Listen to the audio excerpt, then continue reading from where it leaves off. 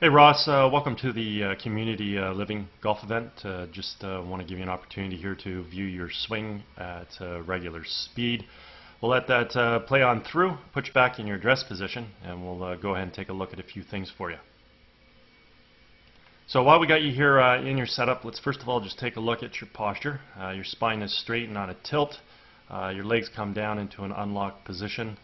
Your arms hang down off your tilted spine and the club works out to the ball.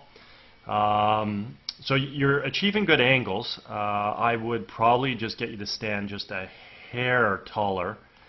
Keep your legs exactly where they are in the unlocked position that they're in. Then let your arms hang down from there. Let the golf club work out to the ball. This would position you just a little bit closer to the ball as well. Next thing we want to look at is your alignment. We can see your feet going a little bit left here. We'll carry that out to the fairway. Theoretically, club face is supposed to run parallel to your feet. Parallel lines on camera would have an appearance of converging. So we're sort of set up maybe down the left side of the fairway. From here, you can also see that your shoulders and arms are quite open. So we're probably going to see some kind of golf swing that sort of swings from out to in and is going to hit the ball in that direction. Let's go ahead and do a little split screen comparison between you and Brandt Snedeker. So we've got some color-coded lines up on the screen here, just as a visual reference as it pertains to swing plane. We can see here with Snedeker, see how he's a little bit taller than you? So all the same angles, but he's just a little bit taller, so that reiterates what I've already discussed with respect to your posture. Now, as Brandt draws the golf club back here, creates good shoulder rotation, brings the arms and hands back as well as the club, and we see the club coming back on plane directly along the red line. From here, he's going to create some wrist hinge, whereby he's going to transition the club from being below to above his hands, and then from here working the club from red up to yellow. When we finally set the club at the top of the backswing, the left arm and the club are on the yellow line. We have full shoulder rotation, and we do this about a very stable right leg. With you being a little bit open, the reality right now, I just want to make mention of something. I've got the camera set up so that it's between your feet and the ball and aiming right in the middle of the fairway. With your alignment, the reality is I could shift the camera over here a little bit and look at your setup from where you're aiming. So I could rotate the camera around to the right, aim the camera just a little bit more left, and that's going to change the look of what we're going to see with your golf swing as it pertains to swing plane. So I just want to make mention of that, because when we do talk about the motion here, I might make reference to it, okay? So with you being open like this, it's very, very possible you're going to take your hands, arms, and golf club to the outside as you initiate the takeaway. And that's exactly what we see here. So we see the club head moving outside of the ball. Club shaft is moving outside of the swing plane because you're sending your hands and arms out in that direction. Now you're getting some turn into play here. Hopefully we see some wrist hinge here shortly, which we do.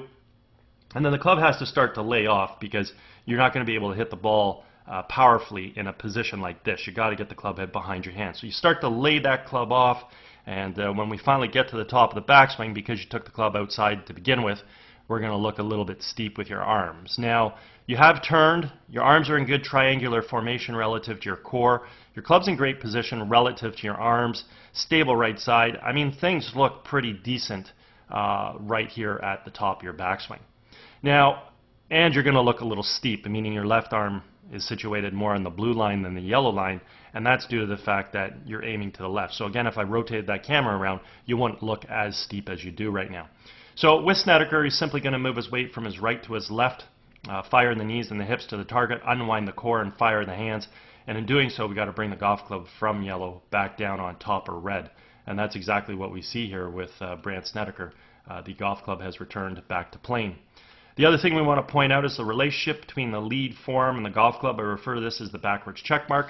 It simply means the club head is remaining above and behind the hands, and therefore he's retaining angle coming into the hitting zone.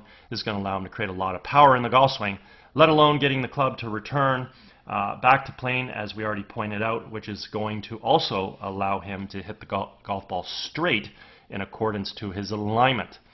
We go ahead and watch your transition back into the ball, and you drop your hands and arms really, really nicely here. You're moving your weight and knees, firing your core. I mean, it looks really good at this point in time. So at this stage of the golf swing, we can basically take a look at your lead forearm and your golf club and basically say, hey, we're retaining angle. We got that backwards check mark. The club head is above and behind my hands. So creating power in your golf swing is not going to be an issue. The biggest issue right now is that the club has not returned back to the plane. So the club shaft is a little bit steep. Your club shaft is sitting here at about 49 degrees when your club shaft should really be back over here at about 28 degrees or so if you're going to come from on plane. Again, if we rotate the camera around and look the camera down a little bit left, you wouldn't look as steep as we're seeing right now, but you'd still be a little bit steep and on top of that plane. So as we continue to track the club head coming into the ball, we simply want to see that the club tracks into the ball directly from the red line, directly from plane, and again, this is what's going to allow us to hit the ball straight in accordance to our alignment. So 3 things we need to hit a ball straight and be consistent. We have to aim well. We got to run parallel to our target line. The club has to come on down on plane so we can hit the ball straight in accordance to that alignment. The last thing that needs to happen is that club face has to square up by having a good grip. So we see with you, your club's going to stay out in front of the plane. If we connect the dots, we can see that your club head never returned back to the red line. So you're going to be attacking this ball a little bit from outside to inside. And we can take a look at that here. So we can see Snedeker's club is slightly inside the ball. It expands out to make contact, moves through in a nice natural subtle arc. So his swing arc is running on a line in accordance to his alignment. Club face squares up, he's going to hit a straight golf shot. Your club is directly behind the ball or slightly outside, drops down and across now. Look at the path at which that club is traveling on. It's out to in. So very simply put, if we square the club face up to that path, we're going to pull the ball out over here in this direction. If we over-release the club, not only will the ball be pulled, but we're going to hit a bit of a pull draw or pull hook depending on how much that club face releases. If we leave that club face too open, then the ball starts to sort of become a bit of a pull slice. And if we time it okay, then the ball will just be pulled in that direction, and very likely we'll just have maybe a soft fade on it, and nothing that's going to really hurt you at all. So we can see the ball heading out sort of here in this direction, and when the ball gets out there again, it's going to be indicative of what that club face did. If it over releases, it's following blue, under releases following yellow, and if you timed it okay, it'll follow red. As you carry yourself through to a good finishing position. You want to make sure you don't spin on your left foot. You want your right heel to come off the ground, up on the toe of the right foot. Keep that left foot planted. So take a look at Snedeker here. Right heel's off the ground, keeps moving off the ground, up on the toe of the right foot, and he doesn't spin out on the left foot. That's what's going to allow us to not lose our balance. You come through, you get your heel up, you take actually a little bit of a step with your right foot, your left foot spins out, and you're going to start to lose your balance and fall over. So you want to create better footwork through to the finish, because the rest of your body's doing a great job, and you just want to learn how to keep your balance. Okay? Anyway, you've got a good looking golf swing, very athletic. Your hands work well, back and fire through. Your core works well. You coil, you uncoil. You move through to a good finish because you have some footwork, but we need to refine that footwork so we don't lose our balance. And then ultimately, really it comes down to the 3 most important things to hit a ball straight and be consistent. We have to aim well. We got to bring the club down on plane, and we got to square the face up. Unfortunately, you're aiming too far left.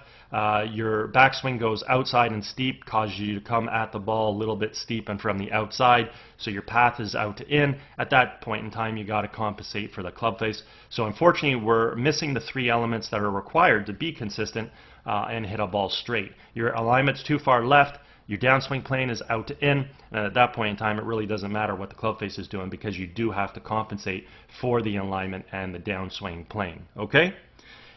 Anyways, at any point in time you ever want to work on this stuff, I'm over Glen Abbey and Oakville, certainly feel free to give me a call. All my contact information is at the end of this swing analysis.